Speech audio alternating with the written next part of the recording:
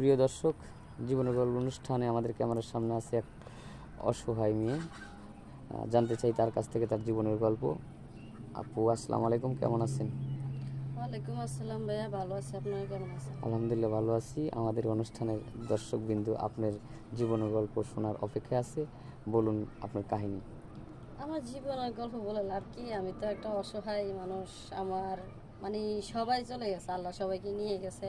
মা বাবা, নানা নানি, দাদা দাদি সবাই মারা গেছে। এখন আমি একবারে এতিম, আমার দেখার মতনও বা কেউ নাই। আছি বর্তমানে আমার চাচা চাচির কাছে। আচ্ছা তারা আচ্ছা। কি আর তো বছর দেখবে আমাকে, না না না, এই জন্য। তো তারা আপনার বিয়ের কথা বলে না?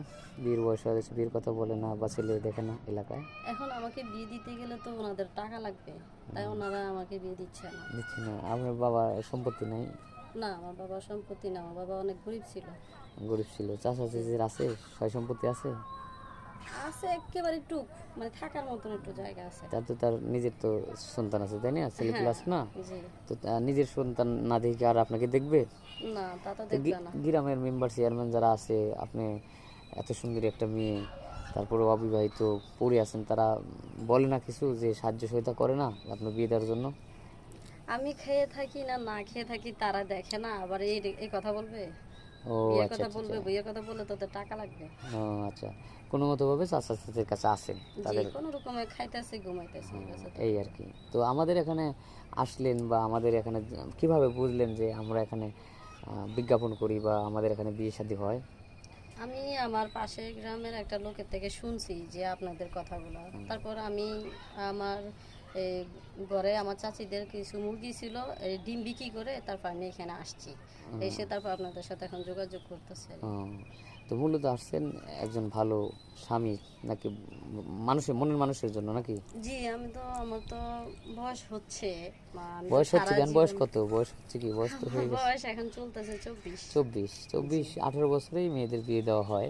24 এখন মানে বিয়ের বয়সটা পার একটু হয়ে পার হয়ে যেতেছে, গেছে, এই পার হয়ে কারণে যেতেছে। এখন হ্যাঁ, আমি ভাবলাম যে তারপরে আপনি অনেক সুন্দরী, বয়স বোঝা যায় না যে 24 বছর, 18 বছরের মতো দেখা যায়। হ্যাঁ, সমস্যা নেই।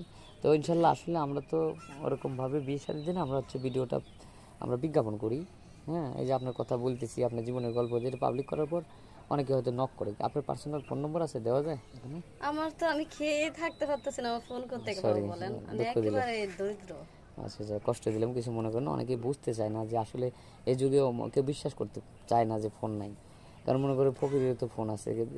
একটা বাটন ফোন কিনতে গেলেও 2000 টাকা, আমার কাছে 1 টাকাই নাই, বুঝেন নাই। খুবই দুঃখের বিষয়, যাক কষ্ট নিয়েন না।